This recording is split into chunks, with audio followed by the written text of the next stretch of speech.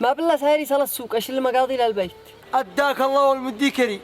اطلعني معك صل السوق. الله المستعان طلع. حبيبي انا بدي قلبك يا عم هذا نقد انا وهذاك لا عليك. افعل.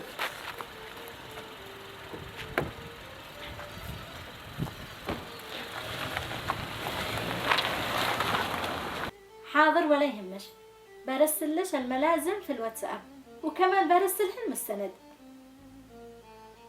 طيب الآن بتصل لأخي مهند يعبي لي رصيد إنترنت وارسلش يا قلبي. اخبارك يا عم مهند؟ خج ما بتعال ان انت مغيب، لا عاد اتصال ولا عاد رساله ولا رنه او غثينك او حاجه يا غالي. لا الله المستعان يا نادر، لا غثيتني ولا حاجه، بس ما بالله دخلت جامعه وبتقدر الجامعه ايش لها اهتمام ومذاكره، لذلك قلت بين اجلس في البيت ما عاد اخرج. لكن بنفسك هذه الفتره انتم لهيز بتخزنوا جامعه وتصيروا جامعه وترجعوا جامعه. لا بس انه كان بالسياره حق واحد صاحب خلينا يبيعها ويشوف لنا غيرها. ايوه. الله يحفظك يا مهند، عبي لي باقة نت الآن، كمل علي الرصيد. حاضر تمام. ها لكن بسرعة لا تتأخر. طيب الآن بس أشوف محل وأعبي لكم. يلا مع السلامة. عن إذنك يا نادر دقيقة بس أنزل أعبي الكريمة رصيد وأرجع. الله المستعان، خذ راحتك، أنا لا معك للسوق. طيب. يوه نسيت ما أقول لمهند أخي يعبي لي باقة نت، لا عاد يصير يعبي لي رصيد أساسي.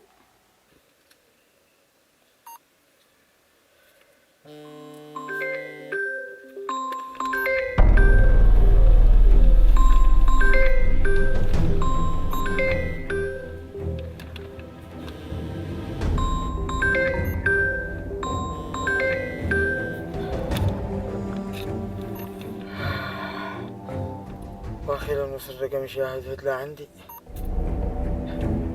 يا نادر ماشي تأكد لا يطلع رقم خالتها ولا رقم امها ولا رقم. لا والله انه رقم كذا. المعذرة منك يا نادر أخرتك. لا والله انا لو جيت مكتوب تقول ريال. خير إن شاء الله. مهند وذا.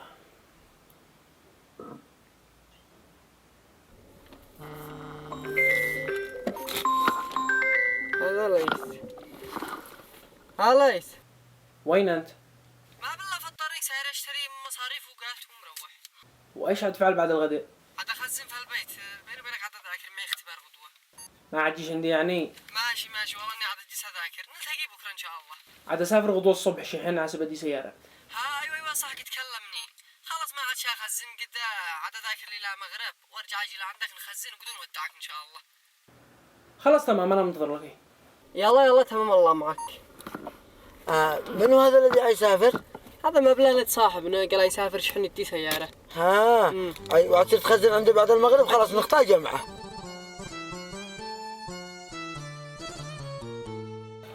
يا فوق ما انقدر ازوع الباب نادر، خلي يدك تشط الساعة. يا اخي مش وقت الطبخ، الله يلعنك اسمعني. ايش تدفع لي الوقت الله سريع بحاجة الضرورة. ليش ما في راسه؟ مش وقت ما في راسي، صلح لي الوقت. عاد عليك. اعوذ بالله من افكاره. لا تعوذبش، اقول لك شخطفي سريع فعل لي الوقت. هتخزن لي؟ تخزين ما قدرت طرحك. مش ساعة كل مرة تمكننيش اخزن لك تخزن لك تهرب. وراس امي لندع لك تخزين ما قدرت طرحك، شوف على الوقت.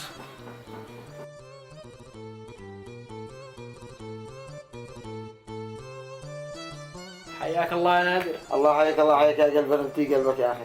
كيف لك ذكرتني اليوم؟ لا عاد بيجي تخزن عندي ولا شيء، أو زعلتك بحاجة أنا محكم. لا ما فيش حاجة ولا شيء يا أخي، والله ما غير مشاغل الدنيا دريت ولا أعمال قلت بدين وكذا، ودريت إنك مسافر شحن، قلت أجي ودعك يا غالي. رحب فوق عيني وراسي. بقيت. وفؤاد وينه ليش ما يجي؟ فؤاد معي مشوار صغير يخلصه ويجي. سافر. هذا زبون بيتصل، شخرج يجاوب وترجع. خذ راحتك البيت بيتك. سافر يا غالي، خذ راحتك تشوف راحتك.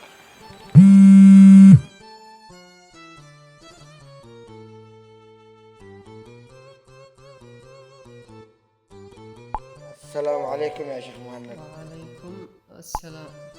عفوا من معي؟ معك فاعل خير. أحد قال لك إني محتاج؟ أنت محتاج واحد يصحك من غفلتك يا مسكين. إيش تقصد؟ احذر من عدوك مرة ومن صديقك مليون مرة. مش وقت الألغاز حقك، مش فاضي لك، تكلم بوضوح ولا الله معك؟ معك صاحب بيسايرك وبيضحك لك ويقلد انه رجع، ومن خلف ظهرك يخونك ويضحك على عرضك. تكلم سوا يا واطي واعرف ايش بتقول، واعرف مع من بتتكلم. هو لاني عارف مع من بنتكلم ولانكم ناس على مستوى. شكلك واحد ما عندك شرف. لو ما عندي شرف ما جيت انصحك. من انت تكلم احسن لك. لو مش مصدقني راقب تلفون اختك وخليه عندك اليوم وشوف العجائب. سلام يا سكر. قال لك من هو هذا؟ ومن بيقصد صاحب واثق فيه؟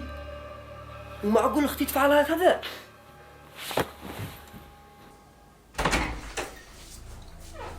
هدى، هاتي هذه تلفونك. مالك؟ ما بلا سماعة تلفوني خربت، والشي ركب الشريحة في تلفونك اتواصل مع الناس. طيب لحظة، خليني أخرج شريحتي وأدي لك التلفون. لا هاتي هذه، بخرجها أنا هاتي. طيب امسك. الرمز من 1 ل 9. طيب.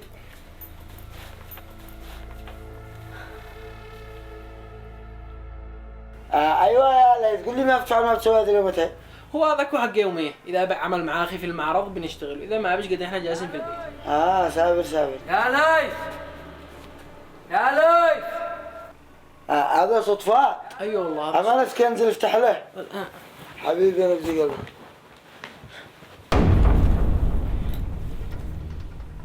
كم الرمز انا هذا؟ وكم الرمز؟ يا ليث ايش كدي لي تلفونك اتصل يا قلب؟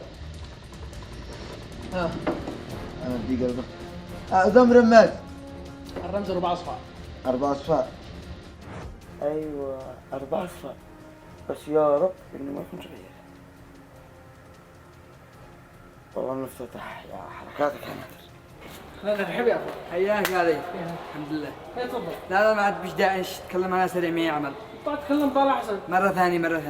ما بالله سمعت انك عاد تسافر شي حين قلت اشتيك تبسل لي سيارة كذا نظيفة وحالية. على طول بشر عيوني، نوع ايش موديل كم؟ ايوه اول حاجه افعلها اسجل الرقم باسم حدود المزدحم. والان 3-4 رسائل حاليات من حقك يا عم نادر. عيب عليك. وذا ما بش حاجة. والله هذا شكله واحد بنسوق، يعلم والله من هو، لكن بعرفه. سلام يا عمري، كيف انت؟ وحشتيني. اذا فاضي امان افتح الواتس وفعلي لي 3-4 صور حالية اشتي بسرش. هذا الرسالة الأولى صافي ولا حاجة. الآن الرسالة الثانية ما قد بسرش من الجمل الأذنى.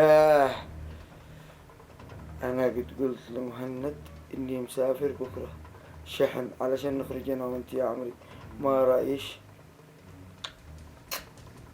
خلاص بشير، انا مسافر غدوة شحن، ادي سيارات خيرات، اول ما رجعش اتصل لك يصير اوريك السيارة. سافر ما عاد في نفسك. مشي الله سلامتك، بس كلمني نادر ينزل معانا مشوار انا وهو. ان شاء الله. حاضرك.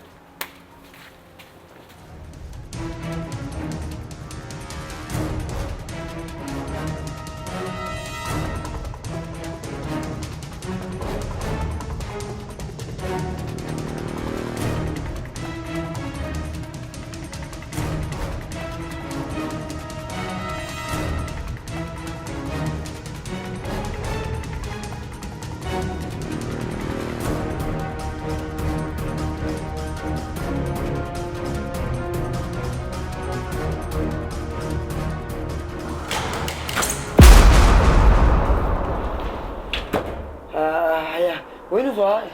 فؤاد ما رضيش يطلع، قال لك ما عمل، قال لك تنزل تجاوبه. يلا بسيب لي الطريق اختلع عندك. طب ما بيجحد. يلا سابر خدمات. الله يفتح عليك. يلا الله يفتح عليك هذا البيت.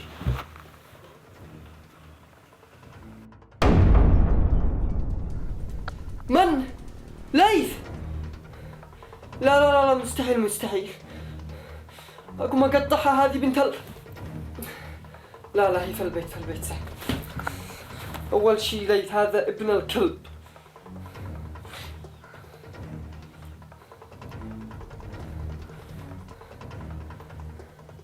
ها ليث وينك؟ انا في البيت. الآن جاي أشيلك بالسيارة، معي لك موضوع مهم. تمام على طول، شاقوم اغير ملابسي لو ما توصل. يلا مع السلامة. جاء علاء.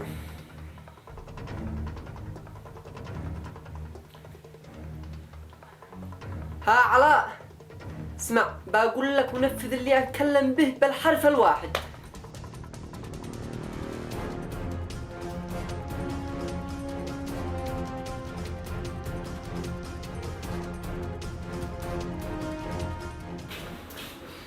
راجع ليش؟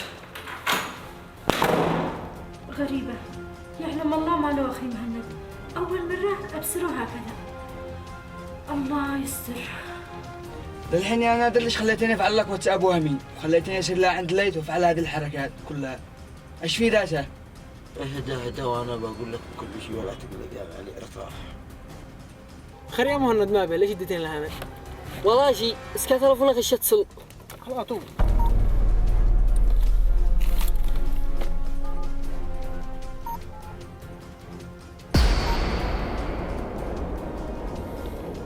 يا ليث، لو مثلا معك صاحب تعزه وتحترمه وامنته على بيتك ودخلت ببيتك وبينك انت عايش ملح وتعتبره مثل اخوك واعظم، ايوه، وهذا الصاحب بيسايرك علشان يلعب على ارضك ويلعب على مكلفك، ايش بتسوي فيه؟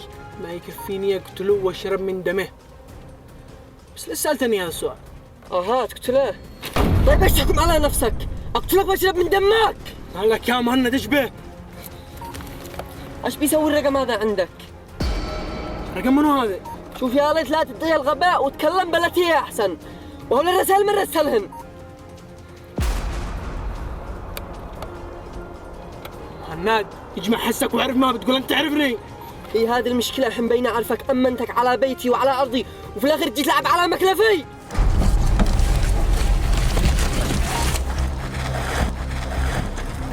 هناد لا تجنن، ما نصير سوا يا واطي.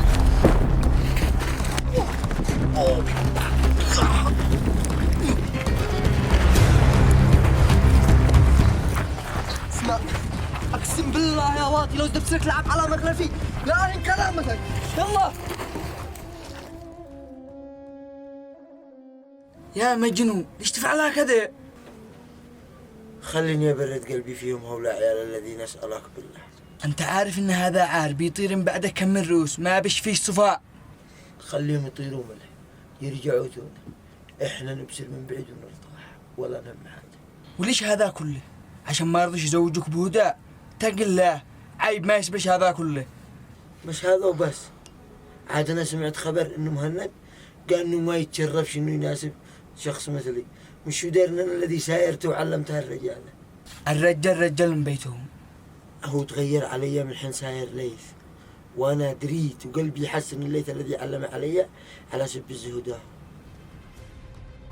ماله مهند شل تلفوني، وليش كان بيتكلم معي بهذا الطريقة؟ كم مش بتتكلم انتي وليث؟ من لي؟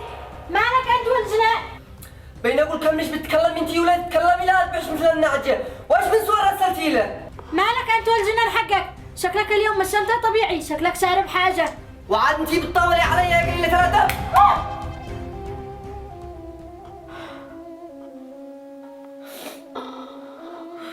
بتمد يدك يا مهند على اختك الذي اكبر منك. وعاد انا بقتلش. والله يا مهند لا خليك تندم على هذا الذي سويته فيني، واذا ما اخليك تندم ما اكون انا هدى. وعاد انتي بتهددي يا قليلة الادب. سوتي بوجيهنا الله يسود بوجهك، انتي لازم تموتي وخلي اخوش يعشها. ايش هذا؟ مالك على اختك؟ خليني اقتلها، هذه سولت بوجيهنا. تقتل من؟ وكأن ما في البيت الا انت وكيف؟ يعني ما عبش حد اكبر منك، هذا جنبيه. اختك يا شيخ بتخرج هي وليث وتراسله وبينهم لويات وصور وما اخفي كان اعظم. والله يا اصل ما حاجه من الذي قالها، والله العظيم انه دخل غرفتي بيتهمني باطل وكذب. شوف قرب نفسك. شفت يا اخونا الكبير يا ضباط البيت؟ متى حصل هذا؟ اليوم. بين اقول لك خليني اقتلها. اسمع، خلي الموضوع علي وانت ولا عاد اسمع لك نخس. كيف لا تسمع لي نخس؟ خليني اربي اللي ما قدرت تربوها. اربيها واربي 1000 من امثالك، ولو تسمع لك ناس او تدي كلمه يا ويلك، تفهم؟ اسمع، لو يوصل الخبر للبلاد لا عندهم يابي يا ويلك، وانت داري ابي مريض لا عاد تمرضه. هدى قوم اجلسي. اسمعي يا هدى، اتكلمي بكل حاجة وبالصدق وبدون كذب، لاني لو اكتشف ان انت كذبتي بكلمة واحدة يا ويلش. والله يا أصل ما بين نتواصل معه ولا بين نتواصل مع حد، ولا أعرف منو هذا لي. فجأة مهند جاء من خارج وشل تلفوني، قال لي إن تلفونه خرب، وجا يشل تلفوني عشان يتواصل مع أصحابه. فجأة أجاني بهذه الرسائل ودخل على طول ضارب. طيب كيف لو ما رسلهن لي؟ والله يا أصيل إنني ما بين أكلم أحد ولا أعرف أحد، وأنت عارف يا أصيل وأنتم ربيتوني، وأنا عارفة بنت من أنا مستحيل أوطي رؤوسكم في يوم من الأيام. وقبل أي شيء يا أصيل أنا بين أخاف الله. كيف عرفت ان لا تبي راس الهدى؟ عرفته بس سير اضبط اختك بدل ما بتلاطم. بين اقول لك كيف عرفت وما دخلك من الباقي. كلمني واحد. من هذا الواحد؟ واحد وخلاص. بين اقول تكلم. واحد دخل يراسلني من رقم وهمي وصرت اشيل تلفون هدى وان الرسائل بيوصلي. طيب تخيلوا ان هذا الواحد ايش يفعل بينكم فتنه، لو هو صادق انه يواجهك لا راسك ما عاد يدخلكش من رقم وهمي. كيف كذب والرسائل بيوصلن من تلفون ليث؟ من رسلهن يعني الجن؟ من فعل بها كذا؟ من رسل الرسائل من تلفوني؟ من؟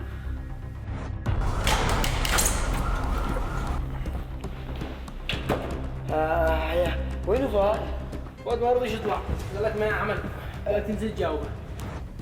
الا هو ما بيش غير هالكلب، والله لا اقتله. وانت ما تشتي.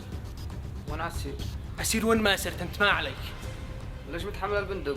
صاير يقاتل مع الناد. اخو مش وقته، شتفاهم معي بعدين. اول شيء اثبت لكم وللناس انه مش انا رست رسائل ولا انا حق هذه الحركات. كيف اثبت للناس بالبندق؟ صاير يتقاتل. على العموم انا ما جيت اتقاتل انا وانت، ولا جينا نكبر المشكله، انا جيت اسمع ما عندك وبعدين لنا خبر. ايش تسي تسمع؟ طيب نتكلم خارج ولا كيف؟ نسمع علي ما قد سمع. تفضل. والله انه هذا الخبر، وانا مستعد ادي لك بطاقتي ونسرنا وانت يمن موبايل ونخرج كشف كلمات الصادره والوارده، واذا لقيت رقم اختك في تلفوني افعل ما اشتيت، انت السكين وانا اللحم. انا داري انه نادر هذا الكلب ما مش غيره. طيب وليش بيفعل هكذا؟ هو حاقد علي وعليكم حين جاي يتقدم لاختكم وانتم رفضتوا، ويشك انه انا الذي بين حرضكم ترفضوه. اها ايوه، لانه بعد ما رفضتوه نادر تغير تجاهي انا ومهند. شوف انا اول ما سمعت الخبر انصدمت، وما توقعت انك تفعلها لانك رجال، بس كيف نتاكد ان كلامك صحيح؟ يا اخي خليني وانا بتاكد نفسي. لا انت بادي تهور، وبعدين ساعة غضب وما نشي نكبر المشكلة زي الاولى، فالمواضيع هذه تشي لها حكمة وعقل. طيب ما نفعل، قل لي وانا بعدك. ادخل يا نادر ادخل. ما لك قلقتني يا روصد. تعال معي موضوع ضروري. ما هو؟ اسمعني معي لك موضوع مهم جدا بس مشتش احد درابه. الله المستعان، والله ما تخرج كلمة. اخوك رجال. يا اخي ليث طلع هين، اما انت ودخلت ببيتي وفي الاخر رجعت يلعب على كريمتي. اوف على واطي وراس امي ما توقعتها. وقد ندعتها للقتله ما عرفها طول عمره، بس الصوت قلبي ما قد برد، عاد انا شندع للقتله اخس من الاول. يا رجال بشر حرام ان احنا نربي ونمسح بابوها الارض ونمسح كرامتها الكعب. بس اسمع بدون ما حد يعرف، وبالذات اخي اصيل، لانه لو يدري والله العظيم ما يخلينا نخطأ. يا رجال ولا مخلوق خلق ربي بالحياة عايزنا بحاجة. اشتيك تتصل له وتخليه يجي للمكان اللي بقول لك عليه، وعلى اساس انك تشتري مني السياره، وكما وصل لها هناك عندي انا وانتو اثنين خبره ونطيب نفوسنا مره ثانيه. ابشر وانا اخوك. يلا يجي. هاي عد نفسي ما قد طابت فيك يا واطي، تلعب على ارضي. مهند ما هوش انا اللي فعلت، هو نادر الواطي هذا الذي فعل كل حاجه. عادك تبلى فيني ياك، يدك لا تمدها لا اكسرها لك يا مكسور الناموس.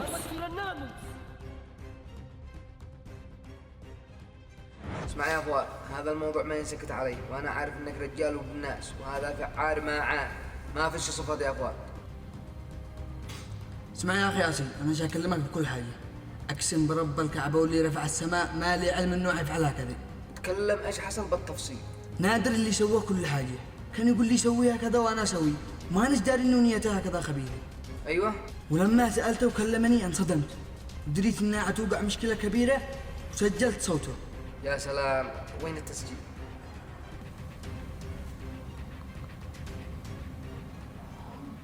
وليش هذا كله؟ عشان ما يرضيش يزوجك بهدى؟ اتق الله، عيب ما يسمش هذا كله.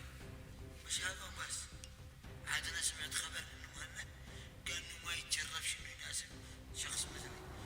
سابر يا فؤاد، والله انك طلعت كف، بس يا من على حد يدري بهذا الموضوع، بالذات نادر لا يدري ان احنا كشفنا. ابشر يا اخي ياسين، وعاركم وعاري، ما حد يعرضه بهذا الشيء. بس ما كلمتني اول ما وصلنا الرسائل. ما عاد فكرت بحاجة هذيك الساعة، كان الجني بيحم فوق راسي. من اي حين تربى ان الواحد يفعل الحاجة بدون ما يدرى اللي اكبر منه، بالذات في هذا المواضيع. طيب لو كان قتلت ليث ولا لا قتلك ولا سويت حاجة كبيرة، انت عارف ايش كان بيحصل؟ وهو هذا الذي كنت اشتيه، يموت موتة كلب. اسكت اهل. ليث رجال وابن ناس، انت قد طلع لك شوي شعر في جنبك كذا، بتبصر نفسك رجال وكبير وتصير تضارب، وحكمت على ليث واختك باطل بدون ما تتاكد. كيف؟ اللي يعمل هذا كله مشو ليث هو الواضي نادر. نادر؟ ايوه النادر. اسمع يا رجال يا مضارب يا كبير، عشان ما يرضيش يزوجك بهدى، اتق الله. عاد انا سمعت خبر انه مهند قال انه ما يتشرفش انه يناسب شخص فلت خليني اترشد من دم هذا الكلب. اجلس، انا بين اقول اجلس. يا اخي فلت خليني اسري ربي. بان ربي، انت اجلس وبس. هذا كله بسبب استعجالك وغبائك، وقال الله تعالى يا ايها الذين امنوا اذا جاءكم فاسق بنبأ فتبينوا. انا ما الومك على غيرتك العارك، انا الومك على تصرفاتك واستعجالك. العار ما ينسكت عليه، بس يشتي للتصرف وحكمه، لانه اصغر غلطه في هذا المواضيع قد تسبب فتنه ويطير من بعدها روس. وبعدين لو كان ابي وامي موجودين هنا وعرفوا بالموضوع، وانت عارف ان ابي مريض. يا منع يا اخي، انا افتالك خليني اسري برد قلبي في هذا نادر الكلب. بايبرد قلبك بس بعقل. امن الفريسه لما تدخل الشبكه وبعدين انقض عليه، واخر مره تزيد تفعل هذا التصرفات وتفعل اي حاجه بدون ما تكلمني. اكبر منك بيوم، اعقل منك بسنه.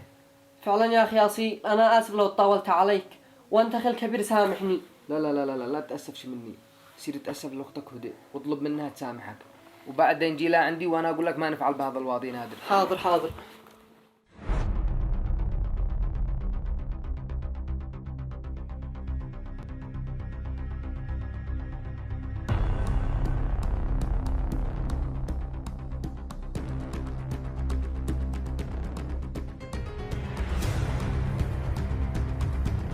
خلاص يكفي الان، ربطوه وشلوا الكلب هذا للقسم لو ما يتأدب.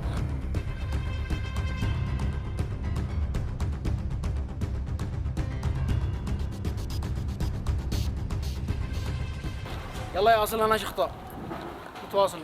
ان شاء الله يا ليث،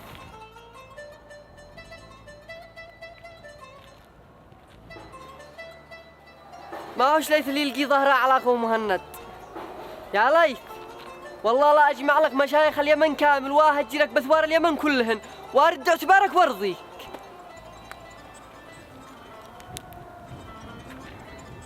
اذا ما كفاك الهجر وهو قليل في حقك، هذه جنبيتي اغرسها في رقبتي، دمي حلالك يا سيد الرجال.